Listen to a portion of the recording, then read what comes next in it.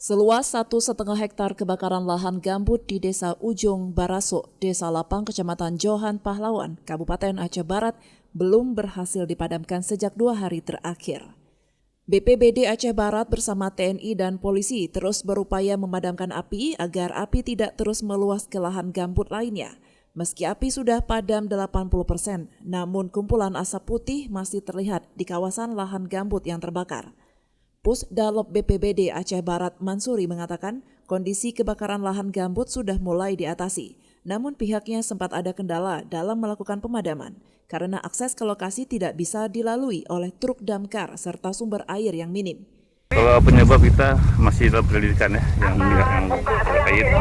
Kalau untuk luasnya masih kita buat ya, untuk sekarang ini belum lagi. Jadi untuk kondisi sekarang ini sudah 80%. Kita lihat ya, memang lahan gambut, terus ini ada apa? Batang paku yang protes. Jadi itu yang membuat api itu cepat merambat.